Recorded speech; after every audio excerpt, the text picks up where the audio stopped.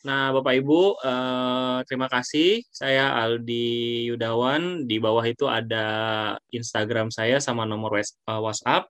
Boleh kita saling bersilaturahmi untuk nanti di Instagram atau di nomor WhatsApp. Saya sekarang ngajar di Sekolah Global Mandiri Cibubur sebagai penyusun program dan kurikulum. Kemudian saya juga inisiator dari beberapa proyek pendidikan. Salah satunya adalah Ruang Belajar Hafara, kemudian mitra dari AHA Project, kemudian saya juga kurikulum konsep di Sanggar Membumi, dan saya saat ini aktif juga di komunitas guru Belajar Nusantara atau KGBN dan sebagai ketua. Nah, Bapak Ibu, sebelum kita masuk How to be a Great Teacher, tadi kan kita udah main games ini, mudah-mudahan ada bayangan ya. Kira-kira menurut Bapak Ibu, coba deh tuliskan 5 kriteria guru hebat menurut Ustadz dan Ustazah di sini. Saya kasih waktu 1 menit. Guru hebat tuh kayak gimana sih menurut Bapak Ibu? Silahkan. Yang sudah boleh unmute dan langsung ngomong. Saya sudah, Paldi, boleh. Langsung, silahkan.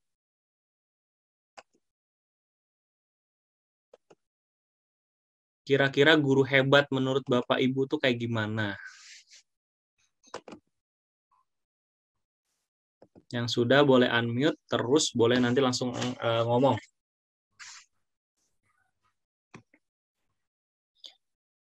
Sambil nunggu Bapak Ibu, saya mau confirm ke Kak Zahara nih, kalau tidak salah di rundown itu saya kan harusnya 14 sampai 15.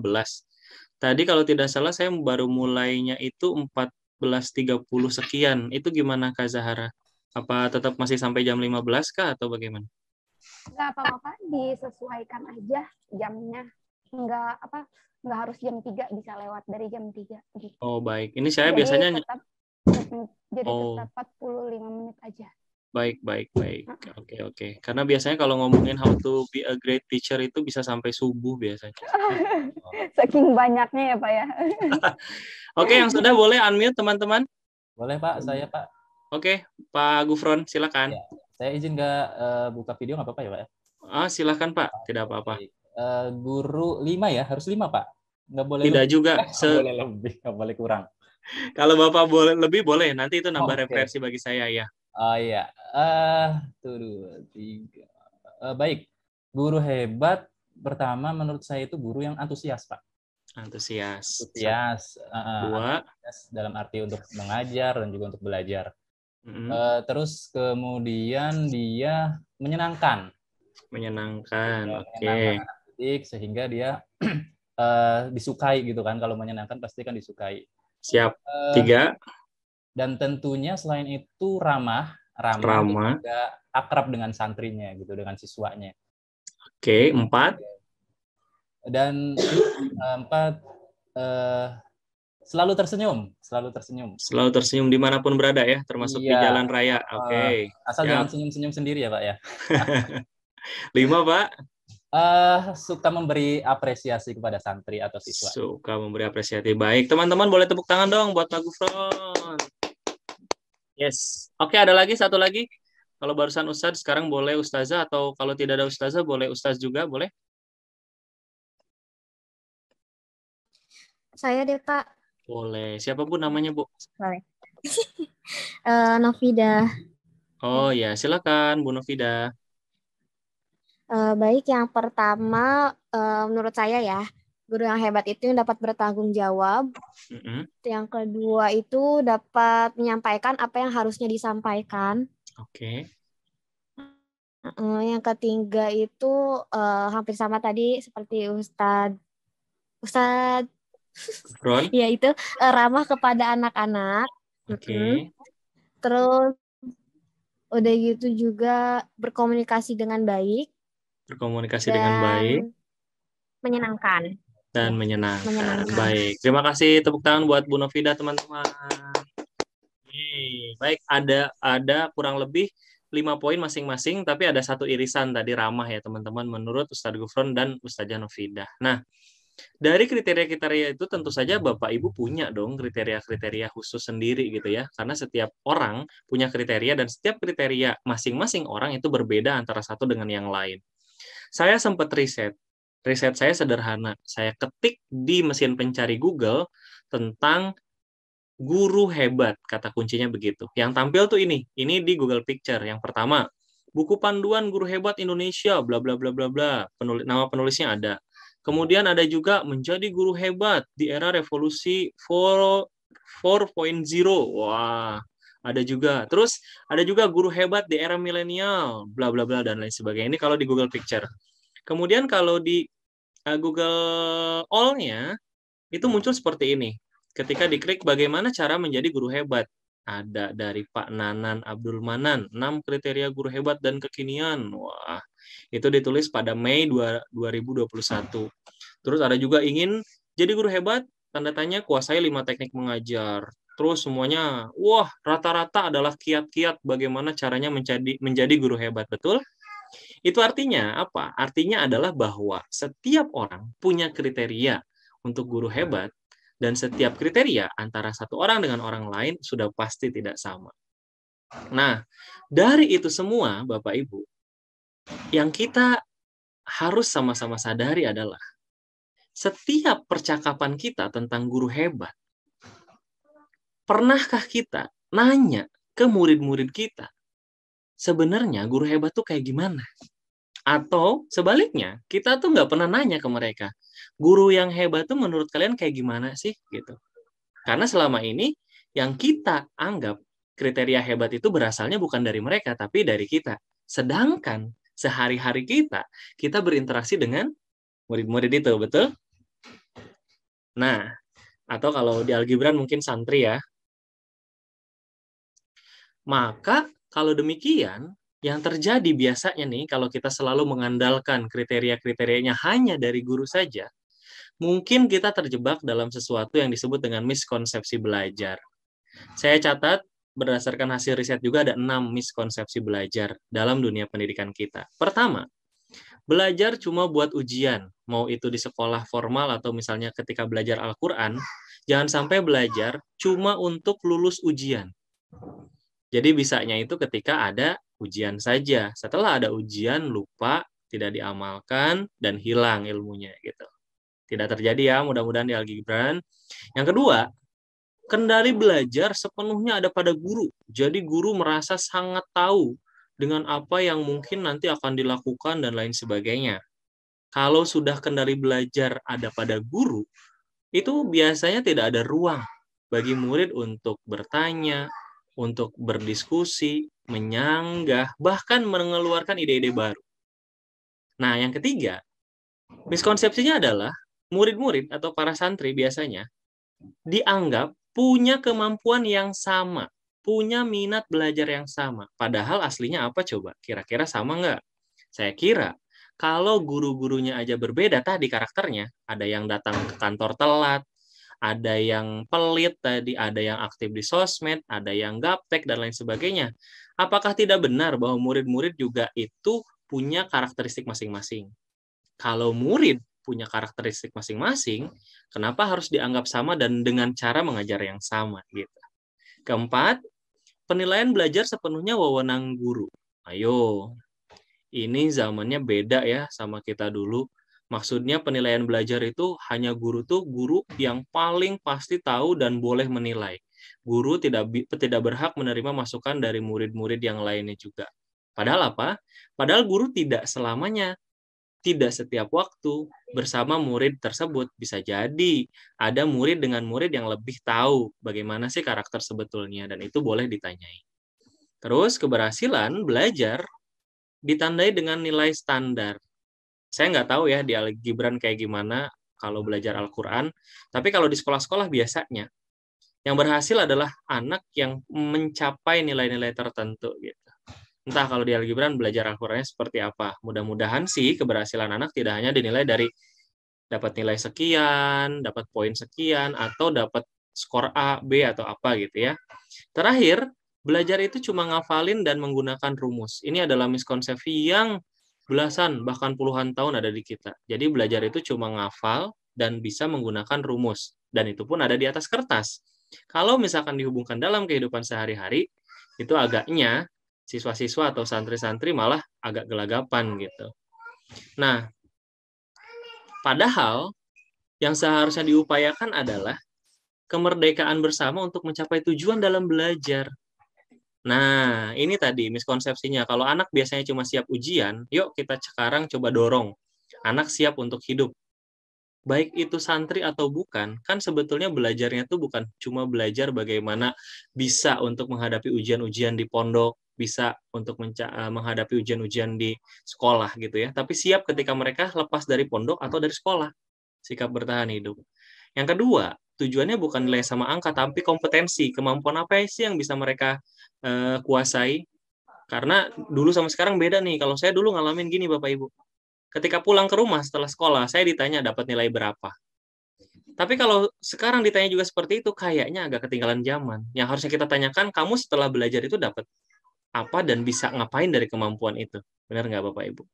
Yang ketiga, kalau dulu ada ujian standar, sekarang kan udah dihapus nih ujian-ujiannya. Adanya ujian bermakna. Maksudnya ujian yang memang punya arti kepada si anak tersebut. Terutama arti untuk hidup dia.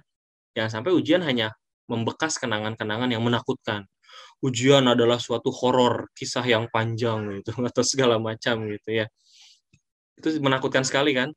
Terus belajar biasanya cuma ngafalin. Coba sekarang nggak usah ngafalin doang, tapi nalar juga, diajak nalar. Dikaitkan antara belajar sesuatu itu hanya untuk menyelesaikan soal di atas kertas sama belajar yang berkaitan dengan kehidupan dia. Terakhir, kalau sekarang zamannya berbeda, berarti belajar bukan cuma buat patuh Bapak Ibu, tapi belajar supaya anak-anak kita bisa mandiri. Nah, maka selain karena pandemi, mungkin itulah kenapa kita punya yang disebut dengan learning loss. Ini datanya dari kementerian.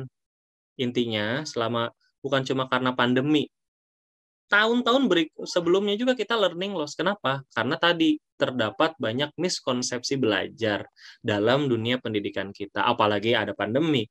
Akhirnya kemudian juga banyak sekali kesenjangan-kesenjangan yang terjadi dalam pembelajaran kita. Nah, sampai di situ, kayaknya nih Bapak Ibu, alangkah rendah hatinya kita sebagai guru jika bertanya lebih dulu kepada diri kita masing-masing. Mau jadi guru hebat itu menurut siapa sih? Nah, ini pertanyaan dasar ya. Hebatnya menurut siapa, Bapak Ibu tuh? Hebatnya itu apakah berdasarkan kebutuhan atau hanya berdasarkan tuntutan?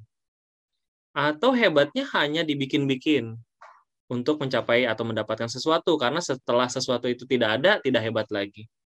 Atau bagaimana sih pengennya? Gitu. Kita lihat ya. Kalau kita memang cuma pengen jadi guru hebat, menurut pemerintah dan dinas pendidikan, gampang banget. Nih saya kasih kiat-kiatnya 3.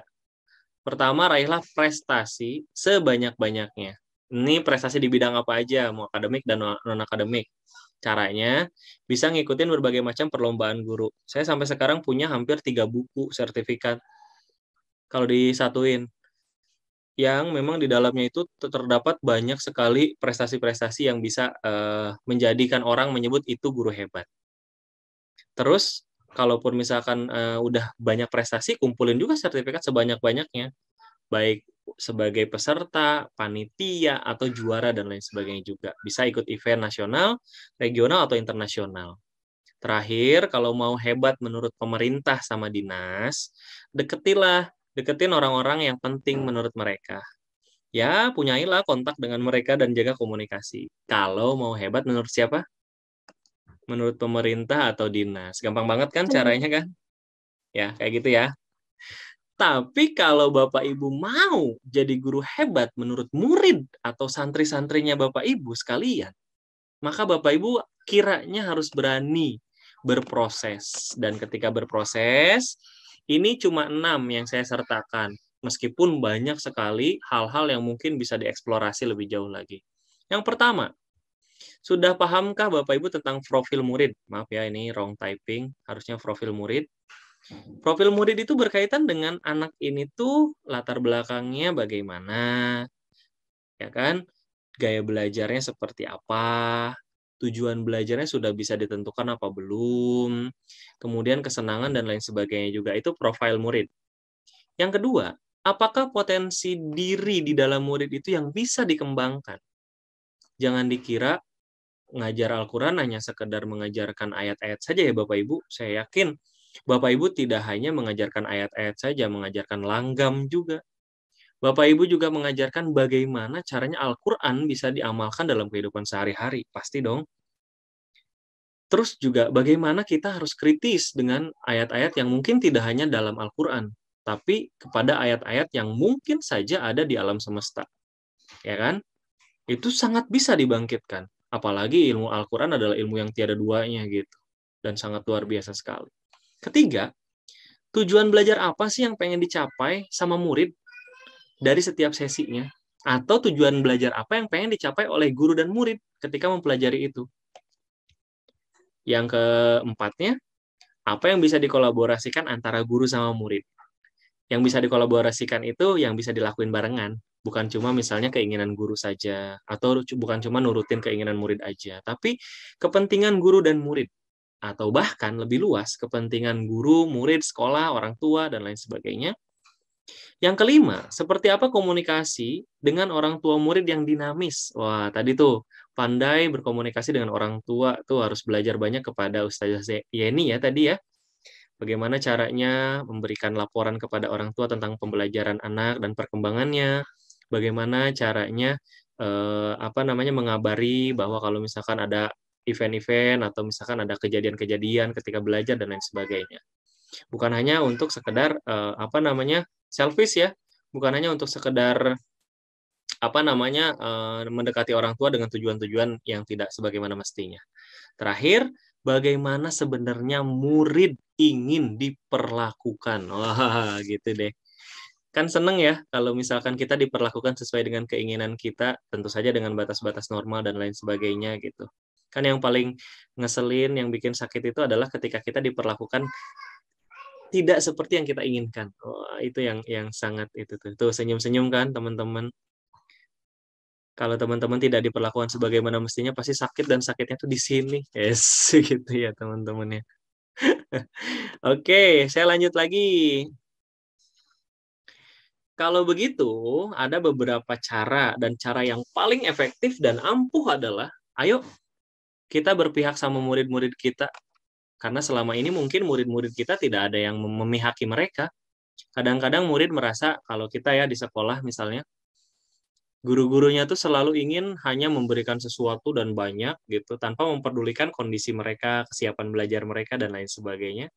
Sehingga yang ada adalah murid tidak diperlakukan sebagaimana mestinya. Kita tidak berpihak ke murid. Ayo berpihak kepada murid. Saya izin loh ini pakai gambar-gambar algibran, nggak kena copyright ya teman-teman. Nah, untuk bisa berpihak kepada murid, itu ada beberapa kriteria atau cara yang bisa ditempuh. Yang pertama adalah tadi memahami profil murid. Ini bisa dilakukan dengan memberikan asesmen diagnostik setiap periode. Aduh, apalagi tuh asesmen diagnostik. Nanti kalau misalkan ada waktu atau ada kesempatan lain kita akan bahas lebih dalam. Apa sih asesmen diagnostik itu? Kemudian ini biasanya asesmen ini dilakukan di awal sebelum proses pembelajaran. Sehingga kita tahu bagaimana sih murid-murid kita, siapa aja orang-orangnya, kriteria mereka tuh senangnya apa, tidak senangnya apa. Orang tuanya bagaimana memperlakukan orang tuanya, dan lain sebagainya juga. Selain itu, kita juga harus tahu kebutuhan belajar murid. Nah, jangan dikira ya, ini ada miskonsepsi yang juga besar nih. Ketika orang tua, kan gini, sekolah atau apapun itu, lembaga institusi pendidikan, pasti memikul beban berat rekan-rekan guru semua. Kenapa? Karena orang tua biasanya menganggap bahwa ketika anaknya dimasukkan ke dalam lembaga tertentu, mereka udah nganggap semuanya tuh bukan tanggung jawab mereka, udah jadi tanggung jawab guru-gurunya. Biasanya kayak gitu. Orang tua tuh cuma tinggal nunggu jadi aja, dan mereka nggak mau pusing-pusing ngelakuin ini itu, bener nggak? Dan mereka selalu menganggap bahwa kalau anak saya sudah saya masukkan, saya nggak mau tahu, pokoknya harus jadi aja anak saya. Udah kayak tahu bulat ya. Tuh, Pak Aldi. Bener. Ya, udah kayak tahu bulat gitu ya, digoreng dadakan 500-an gitu. Jadi orang tua tuh udah lepas tangan aja begitu menitipkan anaknya ke lembaga. Apalagi ini lembaga sekolah Al-Quran. Wah, udah pasti itu harapan orang tuanya tuh. Anak-anak saya keluar di sini hafal Al-Quran, pasti kan. Udah pasti anak-anak yang sekolah di Al-Gibran sudah pasti memahami Al-Quran, dan lain sebagainya. Dan itu kalau tidak disikapi, itu jadi beban hidup kan bagi Bapak Ibu ya. Udah mah beban hidup yang lain banyak, itu ditambahi beban hidup yang itu lagi. Ya, benar nggak? Nah, makanya kita harus juga memahami kebutuhan belajar mereka sebenarnya kayak gimana gitu. Nah, disinilah kadang-kadang terjadi missing link nih, teman-teman. Jadi kadang-kadang harapan orang tua terlalu besar sampai over hope gitu ya, terlalu besar harapannya, padahal banyak sekali faktor yang tidak dihitung. Salah satu faktor yang tidak dihitung adalah kemampuan kebutuhan belajar anak-anaknya. Nah, terlebih lagi kalau misalnya mohon maaf ya, sekolah pun over pede dengan misalnya menawarkan hal-hal yang mungkin agak susah dijangkau. Nah, saya percaya sih kalau Al-Gibran nggak kayak gitu. Insya Allah di Al-Gibran itu ketika mau menawarkan sesuatu kepada orang tua murid, itu tentu saja orang tuanya ngerti kenapa harus menyekolahkan di Al-Gibran dan apa yang bisa dicapai, apa yang tidak. Kemudian guru-gurunya ngerti juga apa sih kebutuhan belajar anak-anaknya. Nah, ini nanti bisa dikembangkan asesmen diagnostiknya setiap periode jadi skema pembelajaran nih, teman-teman. Nah, ini pun kalau mau ngebahas panjang banget tentang skema pembelajaran itu, tapi yang jelas biasanya itu dilakukan sebelum periode. Nah, kalau tadi kan ada awal proses pembelajaran. Kalau yang ini awal periode pembelajaran. Bedanya apa? Bedanya waktunya. Jadi kalau misalkan awal pembelajaran itu, ya itu pas mau masuk kelas biasanya gitu. Tapi udah tahu kelasnya kelas mana, muridnya ada berapa, siapa aja murid-muridnya. Tapi kalau skema pembelajaran tuh sebelum kelas ada. Misalkan udah dikasih tahu dulu nih, Zahara megang kelas ini. Nah, kan belum tahu muridnya siapa, tapi udah harus punya skemanya juga. Tapi kalau yang tadi di awal pembelajaran udah tahu kelasnya kelas mana, muridnya udah ada gitu. Itu bedanya. Yang tadi memahami profil murid sama yang memahami kebutuhan murid. Dari itu semua, teman-teman, waduh, saya izin ya ngopi paste foto ini. Ini pasti orang yang sudah tidak asing lagi buat rekan-rekan ya. Bisa jadi ini adalah sosok yang sangat akrab dengan rekan-rekan gitu. Guru yang paling penting adalah menjadi teladan sepanjang waktu tentu saja ya. Dan biasanya kalau mau jadi teladan itu memang kita harus berani berproses. Satu, tingkatkan kompetensi sebagai guru. Banyak sekali kompetensi yang bisa digali, terutama kompetensi-kompetensi yang berkaitan dengan bagaimana caranya memahami anak sesuai dengan usianya. Karena anak usia 0 sampai 2 tahun beda, 2 sampai 5 tahun beda, 5, 7 beda, dan lain sebagainya juga. Perlakuan kita juga beda. Pernah dengar nggak ada kata-kata yang menyatakan bahwa didiklah anak sesuai dengan zamannya? Ya. Itu betul-betul bekerja sekali dan nyata, teman-teman. Saya nih, angkatan yang baru usianya 20 sampai 30 tahun, mungkin di sini juga rekan-rekan banyak yang 20 sampai 30 tahun dan mengalami.